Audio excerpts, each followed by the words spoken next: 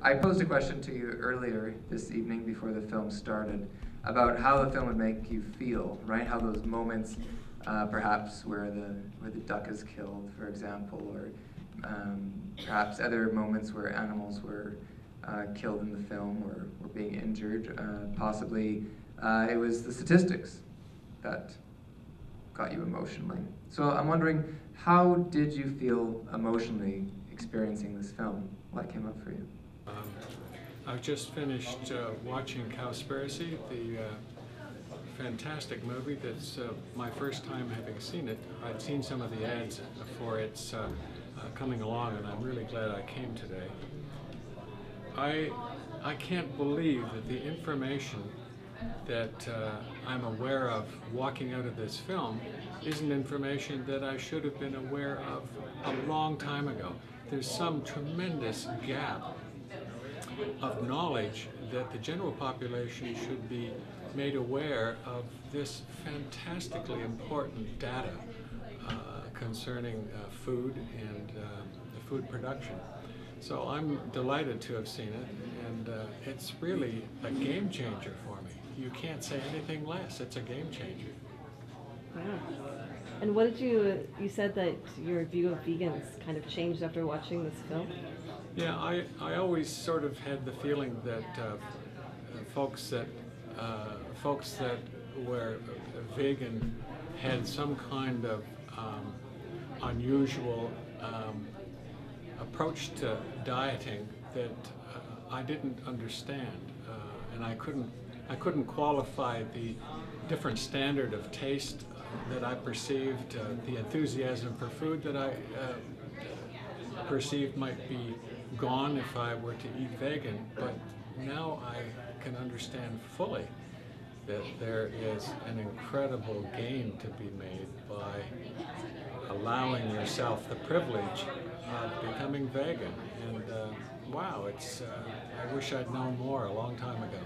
Hans was talking about the duck scene where the duck's head is cut off and is plucked and everything. And you know what a powerful emotional experience that is for Kip in the film, our protagonist. And he, you know, says like if he's not willing to do it himself, why would he let somebody else do it for him, right? You know, he's holding himself accountable for that decision to consume that animal. And how there can be a disconnect when we go sit in at a restaurant or when we go to the grocery store and just see it packaged there, sitting on the shelf. Emotional reaction back and say, oh, yeah, I really didn't like that, and so I'm not going to buy this, right? It's very difficult because it's disconnected, right? And that's something that's really interesting to bring up, because one thing that the man doing the killing brings forward is he's asked, you know, when he was 5 years old, I think it was, he had to do it for the first time, or he had to witness it for the first time, and with rabbits, and that he really didn't like doing it, right? That there was an emotional response, and you can see it in his face, right? You can see it in his body, that he's upset by it, right? And just like so many of these things, we can become desensitized because we force ourselves through it, right? We rationalize it, or we're told, we force all those emotions down. And so we just become numb to that experience. And so now he does it probably every day. He just grabs a couple ducks. And you know, even in the film he says, oh yeah, they like me and it's fine and it's all comfortable, and they're all running away from him. And they're obviously quite distressed by his approach, and maybe they know that he's coming to kill them, maybe they don't. But the point is still that he's invalidating himself, right, when he does that every day, because he's ignoring that emotional response he has every time he kills one of his ducks. Just the same way that he had to force himself to ignore his emotional response when he was a child and had to kill and skin rabbits that he became friends with, perhaps. And so that's why I brought up that initial question of whether or not your emotional response will inform your action later down the road by validating that experience for yourself. And I just reviewed Cowspiracy. What I thought about the film was very positive, because I love the fact that this is actually released now out to the public, and a lot more people, it's just spreading awareness, which is the root of a lot of the problems.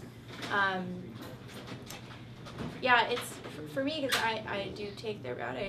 I don't need, and a lot of people are just kind of like, oh, that's really cute, you love animals, and oh, good for you, that's lovely. And a lot of people don't know why. A lot of people don't know the reality of the problem that's actually going on. So it's a positive thing that this film's out there.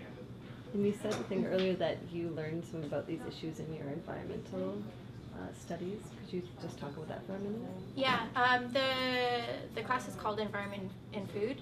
It's the class that you have to take to get into the Faculty of Environmental Studies. So basically we just go through the history of agriculture mainly in North America, and we learn about the effects on our health and the health of the environment. It's halfway through the course right now, and it's definitely something I'm very passionate about. Do you think that this would be a film that your class would be interested in seeing? Oh, absolutely, yeah. We just viewed Food Inc., which kind of touched on a lot of the concepts that this film did, but I definitely think that Disney version, really. Yeah. Yeah. Okay, thanks so much. Right, so they want to dissociate you from the emotional experience, right? They don't want that item you buy, the milk or the eggs or the meat you buy to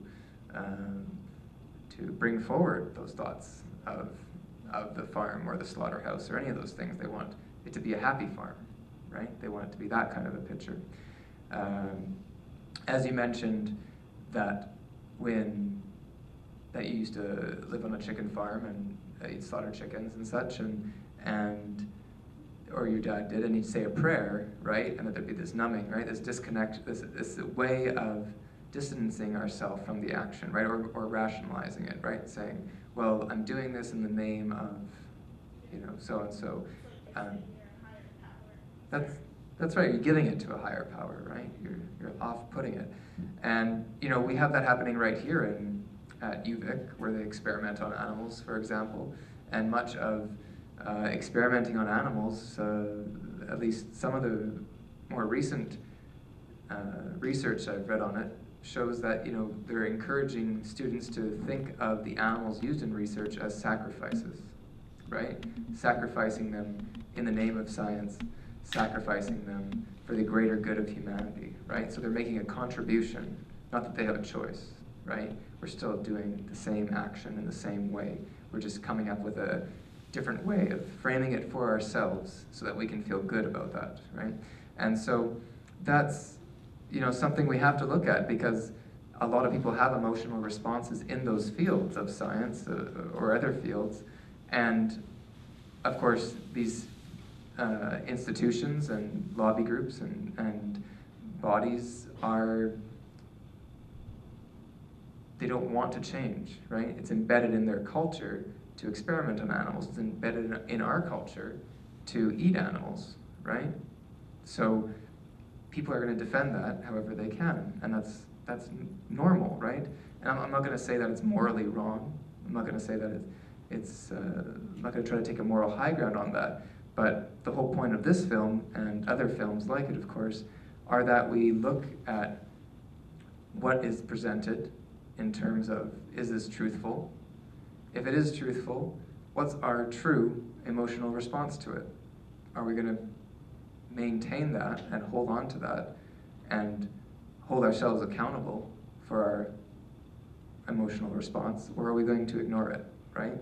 And it takes a lot of strength and courage to stand up for those things in the face of society, which has different views, right? It can be ostracizing in many ways.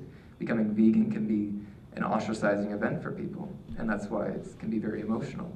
But at the same time, that's why it's important we build community and keep on reaching out to people to make them feel safe, make them feel welcome, and give them a place to be and to express themselves safely.